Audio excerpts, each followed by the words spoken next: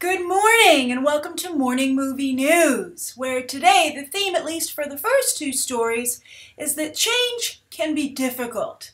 And by that I mean that we're finally seeing some changes in the way genre characters are portrayed on the big screen and the small screen in terms of diversity, but I think there are definitely going to be some growing pains. And the first case in point is CBS's Supergirl. I got a lot of people asking me for my thoughts on the trailer they debuted yesterday, a really long trailer, like an extended first look, about 6 minutes at the new series, and what I thought about how closely it skewed to the Black Widow sketch that recently ran on Saturday Night Live, and it really did.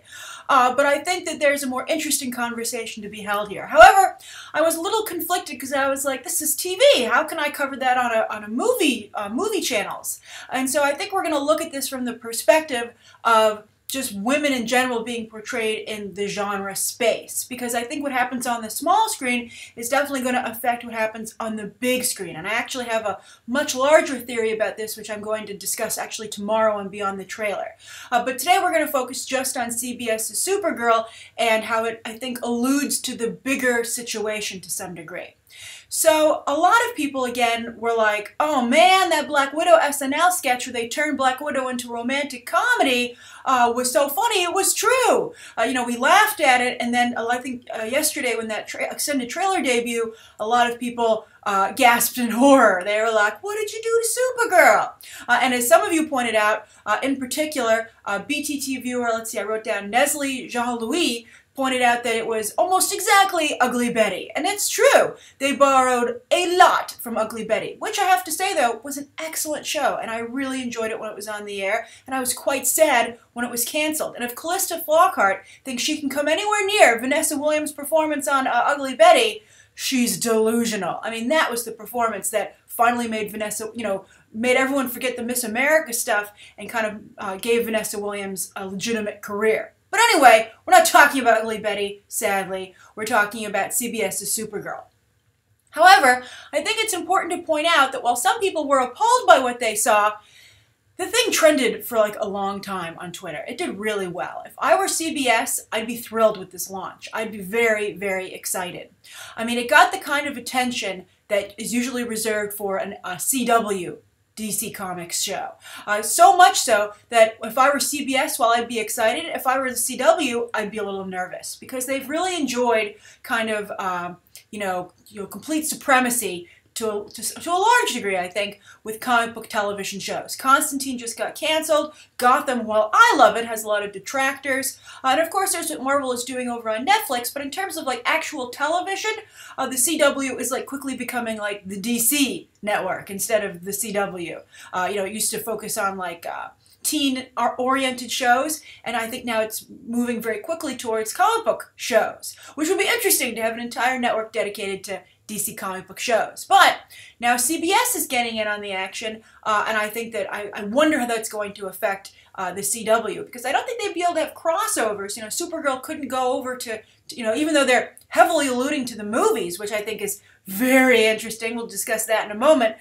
They can't, so that just further blurs the lines about what cinematic universes where, right? I mean, what shared universes where. They're like, oh, Arrow can never come into the movies, but Supergirl, kind of talks to Kal-El all the time through an intermediary. So it's a little bit convoluted. But the reason I think that it trended so much on Twitter isn't just for people saying, oh, hey, look, this is the Black Widow sketch come true, but a lot of people had a very positive reaction to that trailer. A lot of people liked what they saw, which points to the fact that that show could be successful. I mean, Ugly Betty wasn't a huge success, thus its short-lived run on television. It had a couple of seasons, but not as many as a really popular show would have. But maybe by adding the superhero element to this show, that'll push it, above and beyond where it needs to go. As for my own personal reaction to the trailer, I have to say, I fast-forwarded all the non-superhero parts because I found them really boring and repetitive. I was like, I've seen this so many times before. You know, I don't particularly care about how she uses her super hearing to, you know, get ahead of her boss. And I don't understand, you know, they do it in the comics, but I'm like, look, the whole House of L, you know, you say your crest is the backward, or is the S, but I think it's actually, you know, black frame glasses, because that's everything that you guys wear when you're hiding out in society. I don't know, but I have to say, with the glasses and the ponytail, it was a better disguise with her hair down as Supergirl than I think that Clark Kent versus the Clark Kent versus Superman disguise. I think from far away, it actually, you know, you would be able to fool a number of people. But in today's digital age, could you? But when did I not fast forward the trailer? When she was doing super heroic stuff. And I have to admit, that was pretty cool to see. As a female fan, to see a female superhero in the thick of things, saving the day, not just offering an assist or being there to be a romantic interest to a male superhero, was really exciting. That she was taking charge when she saved the airplane, when she stopped the bank robbers, you know, the car chase. That was really cool. And I'm glad she was flying. I know, of course, Smallville fans were upset that he didn't really ever fly on the show, Superman. And in fact, I was watching The Big Bang Theory the other day, and they were able to make a joke about it, which still played, even though Smallville hasn't been on the air for quite some time. So, just like when I watched Monsters vs. Aliens and Ginormica, you know, the DreamWorks animated film, saved the day at the end of that movie, and it literally brought a tear to my eye, because I was like, wow, that's so great to finally see. You know, I did kind of, you know, get really geeked out and excited about seeing that here. But, you know, it's going to be a chore, I think, to try and slog through the everyday stuff, you know, her secret identity. And I do understand that because it's a television show, they have to try to build up that part of her life because it's cheaper. I do wonder how it's going to go over with fans. Now, here's what could happen, and this is one of the reasons I want to discuss this.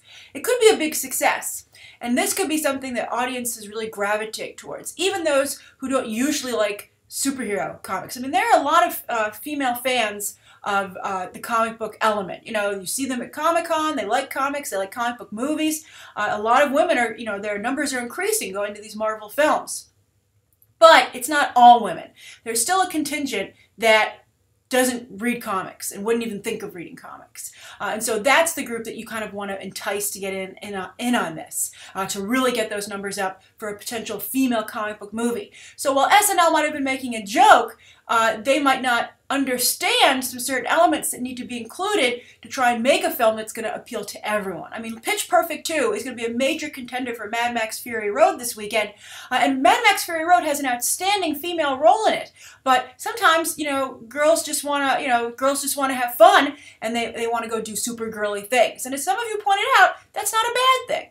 So it's a really interesting balancing act that we're starting to see take place, and I think, as I said, there are going to be growing pains as Hollywood tries to find a way to successfully launch a female superhero character on any size screen, and then how audiences are going to react to that, because audiences are fragmented, especially when it comes to something like this.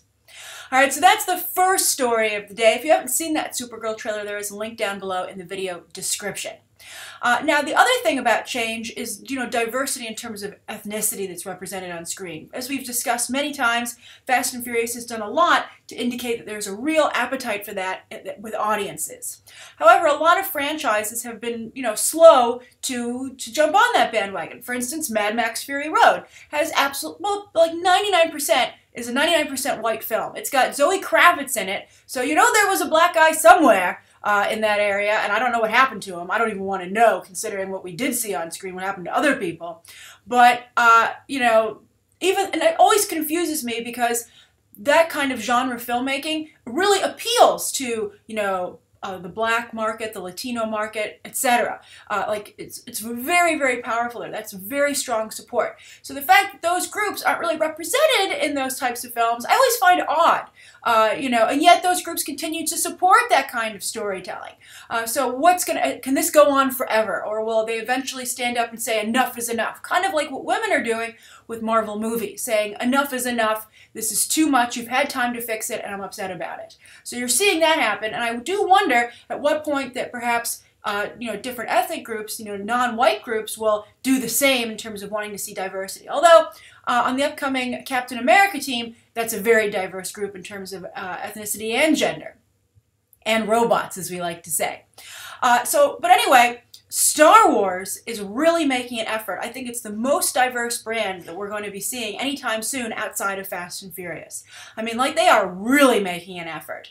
And I'm very, very curious to see how this works out. I applaud it, but I hope that it isn't tokenism. I hope these characters are really well realized, and I hope that they're, heroic and exciting and the type of character that everyone can get behind. It's going to be really crucial, not just that they've cast these diverse actors, but what they do with them. So we have new casting news about Star Wars Rogue One, which is why this is in the news today. And, of course, it's very diverse.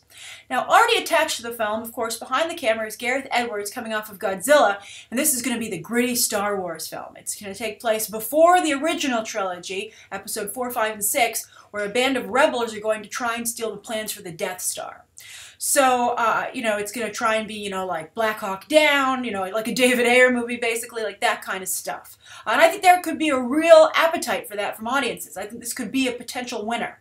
So he's directing, and I thought Gareth Edwards, I don't know, I mean, as I said, I think he has a lot of potential as a director, but based on Godzilla, someone needs to watch him like a hawk. I think that he does not have, he has good instincts, but he doesn't have the skill yet, I would say. That's what I would say. And by that I mean in a craftsman manner. Natural talent isn't everything. It's a big part of what you need, but you need to have the other skills that you learn.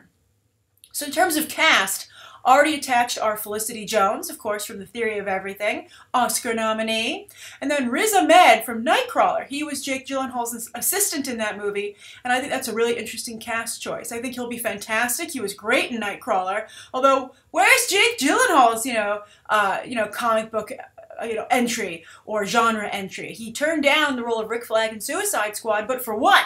I'm such a big Jake Gyllenhaal fan these days, I would pretty much see him in anything. But I would like to see him in a comic book movie. But anyway, so Riz Ahmed, he got there first, and he's going to star in this film as well. So they added 2 new members to the cast yesterday. One is Diego Luna. That's a very big deal. Diego Luna is a major Latino actor, huge following. He's been working actually for a very long time. He has great genetics. He doesn't look like he's aged very much, but he's actually been working for quite some time. And he is just a fantastic actor, a lot of cachet. He's moved into directing recently. Just a very strong voice for that demographic. And also just in terms of Hollywood, I think he has a lot of prestige and is very respected. I don't know how much star power he has, though, even with the Latino market, because he's never been particularly mainstream, so we'll see how he does here. Although he did recently do a voice in The Book of Life, that Guillermo del Toro produced animated film about the Dia de los Muertos, which was excellent, by the way. I really loved it. He voiced our hero, our lead. Well, Channing Tatum was his frenemy. So he's been cast as a pretty big role as part of this group, this band of rebels who's going to steal the Death Star plan. So expect to see this group flesh out even more. But then the other casting was Ben Mendelsohn. And Ben Mendelsohn was cast as the main villain, which I have to say is super boring. That was the first thing I was not happy to hear about with Star Wars. Well, I don't know. I'm not so excited about Adam Driver's Kylo Ren, as I've discussed. I think that's also really obvious. I think these villain casting choices, with the exception of Gwendolyn Christie, if Captain Phasma is a villain, are just kind of like super boring. I mean, it's like, of course he's the villain. Oh, yeah. I mean, Ben Mendelsohn always plays the villain. He could play the villain in his sleep.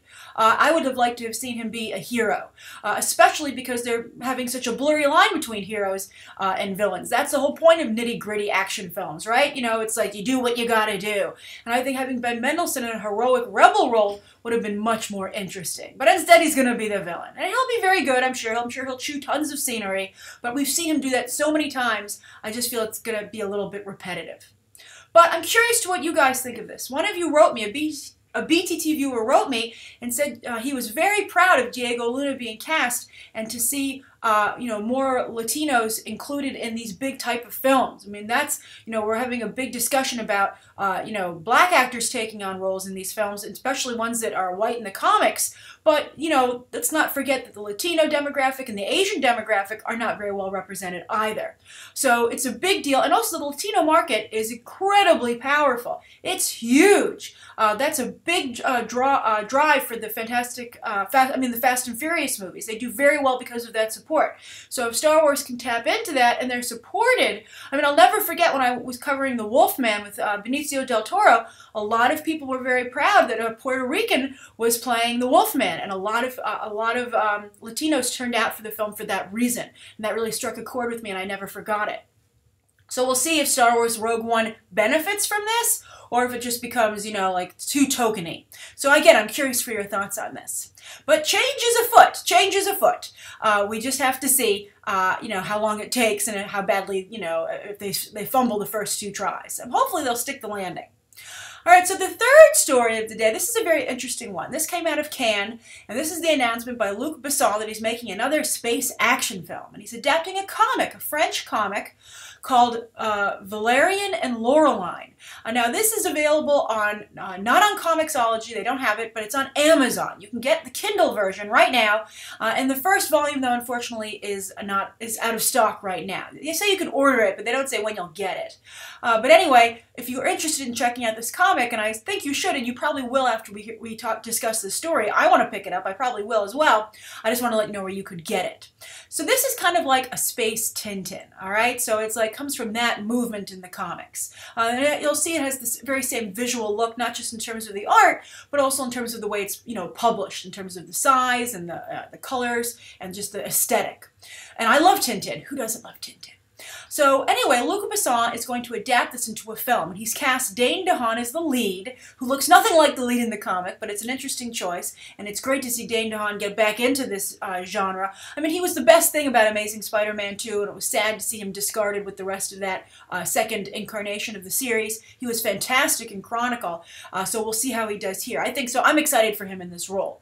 And then Cara Delevingne, who of course is Enchantress in the upcoming Suicide Squad and is also in Paper Towns, will be Laureline. And this is hilarious because she actually looks almost exactly like the illustration way back from when the comic was originally, like decades ago, produced. So that's hilarious. But also Cara Delevingne is really, her career is going places very quickly. Whoever her management team is fantastic. So anyway, the interesting thing about Valerian and Laureline is that it's said to be influential with a lot of other space movies that have come out afterwards. And the ones that are listed are The Fifth Element, Luc Besson's own film, of course. Fantastic movie if you haven't seen it. That actually made Mila Jovovich a star, so maybe he's trying. She was also a former model, so maybe Luc Besson is hoping to make lightning strike twice. And then also Star Wars is said to be influenced by this, and also Avatar. But this is, you know, I worry if they're going to make the same mistake that happened with John Carter. And that's the assumption that what influenced all these popular properties can somehow, you know, enter this late in the game on the same level, right? Because John Carter, of course, influenced a ton of, you know, popular franchises, including Superman. When you watch John Carter, you're like, wow, this really is like Superman a lot. I can totally see the influences. But, you know, because John Carter took so long to get to the mainstream consciousness, it became just seeming repetitive of Superman, even though, you know, the great irony, the cruel irony is that it's the one that inspired, it was the original one, it was the original choice. So I think that Valerian and Laureline could have a very similar situation, where people are like, isn't that just The Fifth Element, or isn't that just like Star Wars? I mean, Luc Besson is going to have to work very hard to differentiate it and not fall into the same traps that John Carter did. And John Carter actually was a pretty darn good movie, which suffered from other things of coming out you know, beforehand on a much larger scale that kind of stole its thunder, and also, of course, as we've discussed, an absolutely horrible marketing campaign. But we'll see how this goes. I'm just excited because I like The Fifth Element so much, and I think Luc Besson, this is his element, this kind of film, so I'd be curious to see how he does with it. And I also like the casting quite a bit. Although I think that Dane DeHaan and Cara Delevingne actually look a little bit like siblings when you think about it. So we'll see. But it's an exciting cast coming together there, and I do enjoy a good space adventure. Although there are a lot of them coming out. They have Starlight coming out from Mark Miller over at, it's set up, I believe, at Fox, or is it might be Universal. But he's, you know, he has a lot of properties set up. But Starlight's also a comic that's recently come out, which kind of plays on the old stereotypes, the old tropes of space comics, and it's quite good. It's very, very good. All right, so those are the 3 stories of the day. Now on to the viewer question. This was a very interesting viewer question. So it's a little specific to an individual, but I'm sure everyone, I hope, can get something out of it. So this comes from Buckley, aka Indie Raider 4. So Indy Raider 4 says, question. Hey Grace, like everyone else who writes you questions, I love your show and have been watching for years. Ah, thank you, Buckley. We've seen tons of coverage of how women are mistreated in the industry and the lack of female roles in films, especially if you ignore roles that are cast largely on sex appeal. In my eyes, a lot of the strongest actresses in the industry and the ones turning in the best performances are not overly sexualized, like Meryl Streep, Patricia Arquette, Lupita Nyong'o, Glenn Close, Julianne Moore, etc. My girlfriend is really interested in chasing her dreams and moving out to California and auditioning, but wouldn't conform to the sexpot image that Hollywood seems to pick. She can't afford to pay for acting school, where from what I understand, the school usually backs you upon graduation, helping you get an agent and start getting some work. Back in high school, she's made it to a national acting competition for both a dramatic monologue and a comedic character monologue, but has no formal collegiate acting training. I know she has the talent and work ethic to at least keep herself afloat and would be thrilled to just get a start with anything on camera. Do you have any tips for women to get a start in the industry without the pedigree of a big school behind them, and without having to conform to hypersexualized standard that movie studios push? Best wishes, smiley face, Buckley. First of all, Buckley, you're an awesome boyfriend. That's so nice of you to ask this on behalf of your girlfriend. I hope she appreciates not only that you're thinking of her, but how supportive that you are of her with such a career choice, where it's particularly important, and this is for anyone. If you are pursuing a career in the entertainment business, it's really tough, okay? So it's really important that you have people around you that support you and are rooting for you, and but also in a helpful, realistic manner, right? It doesn't help if someone's just like, oh, I know you're going to be famous immediately. As soon as the bus pulls up to Hollywood, they're going to be waiting for you with a contract. That's not constructive. But something like this is really great. So for anyone trying to pursue this type of career, I hope that you have someone like that in your corner. But if not, don't let that hold you back. You'll just have to do that for yourself. So anyway, Buckley, to answer your question here, and if anyone can take something from this themselves, and I imagine some of you can, that's why I answered it here on the show. So first of all, with schools. Schools do not back you. Schools have an acting showcase when you graduate, upon graduation. And I actually think they'll have some a little bit earlier. They'll put on productions. And agents, agents tend to be a little lazy sometimes, and they'll just go to those schools to look for talent, particularly in the UK. So that's sometimes how you get an agent. But the school doesn't facilitate those relationships. It doesn't make any introductions itself. It just puts on the shows and has the reputation, and hopefully you'll get signed out of school. But they don't back you financially or anything like that. As Buckley pointed out, you have to pay to go there. Now also, as for the actresses that Buckley mentioned, Meryl Streep, Patricia Arquette, Lupita Nyong'o, Glenn Close, Julianne Moore, they were all pretty sexualized when they started out. Particularly Julianne Moore, one of her most famous roles starting out was Shortcuts, where she had an entire monologue where she was totally nude from the waist down. Glenn Close, Fatal Attraction, obviously. Lupita Nyong'o even, of course, playing a slave who's repeatedly raped by her slave owner, Michael Fassbender. Patricia Arquette, films like True Romance. And not to say these weren't good films, but I'm just saying the roles were very sexual. And then Meryl Streep, I think to some degree escaped this a little bit because ridiculously she wasn't considered particularly attractive by the industry at the time. She has lots of stories about that. But I think, to some degree that element was there sometimes, I'm sure. So the sad truth of it is that when you're starting out, with ingenues, they go for sex appeal. And you'll see that Keira Knightley and Scarlett Johansson both had to start their careers out that way. And only though once they moved away from that have they really found big, major success as actual legitimized movie stars. But also I have to say, there's a sexual element to all actors. I think you just don't want to be a sex object, but every actor is supposed to be considered sexy on some level. There's a really great Robert De Niro movie about him playing a producer. I forget the name off the top of my head, but it was not very widely well known, not really widely dispersed. I watched it like on demand or something. It came out a couple of years ago. But there's a funny line. Bruce Willis is playing himself in the movie, and he's gained a lot of weight and has this big bushy beard, and they're like, if people don't want to sleep with him, he's useless. So every actor has to deal with that, and so that's something I think if you're going into acting, you have to have that element, but you just don't want it to be the only thing about you. So don't have too much of a knee-jerk reaction against it. Just make sure that's only a part of the role you're playing, or an unspoken part of the role you're playing, and there are other awesome things going on. I mean, Black Widow, for instance, is supposed to be attractive. Keira Knightley's character in The Imitation Game was supposed to be attractive, but that's not all they are. So as for advice for your girlfriend, well, I think if she goes out to Los Angeles and she doesn't want to, play the ingenue game, she's very fortunate that comedy is really big right now, particularly with women. Now, so she's going, and it's going to, no matter what, it's going to cost you some money, because I'm suggesting that she audition for the UCB and the Groundlings comedic companies, improv companies out there. I think that, that's another place where there's a lot of talent being mined. Agents will go to those showcases, and also a lot of the talent there gets jobs on television shows, as writing staff sometimes, and so they network. There's a lot of networking to go on there. It's also a little cultish, particularly UCB. Be prepared that you're going to have to go to a lot of shows, spend a lot of your time there, but then again, that's networking, so you can chalk that up to that. And you can write this off on your taxes, I'm sure.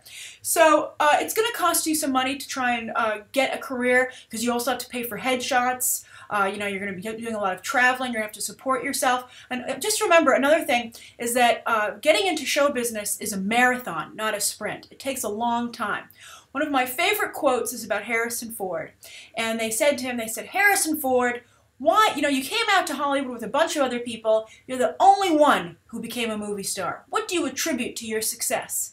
And he said, I'm the only one who didn't go home. It took Harrison Ford 11 years before he got Star Wars. And he had little bit parts here and there, but he was supporting himself as a carpenter. And as a carpenter, that's actually famously how he even met George Lucas, because he was fixing stuff in his production office.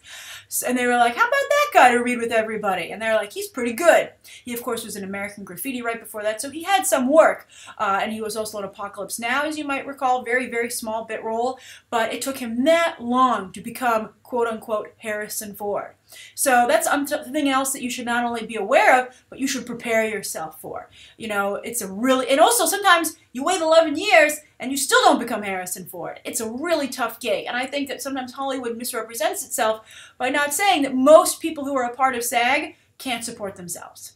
And SAG, of course, is the Screen Actors Guild, and there's a very small group of people that are actually making a living as actors. It's a tough business, but your girlfriend's very lucky to have you, Buckley, and I hope this advice is helpful to her. And just remember, keep a strong head on your shoulders, be realistic, and just, do the best you can, and just try and keep moving forward. Always ask yourself, have I made progress? Am I, actually, even if it's very slow progress, am I, making up some ground? So best of luck, break a leg, and I hope that advice is helpful to you and anyone who listened to this answer. All right, so that's today's morning movie news. Thank you so much for tuning in. Please write down below what you think of today's top 3 stories and the viewer question, anything you'd like to see covered tomorrow, and any questions that you might have. Thanks for watching. Bye.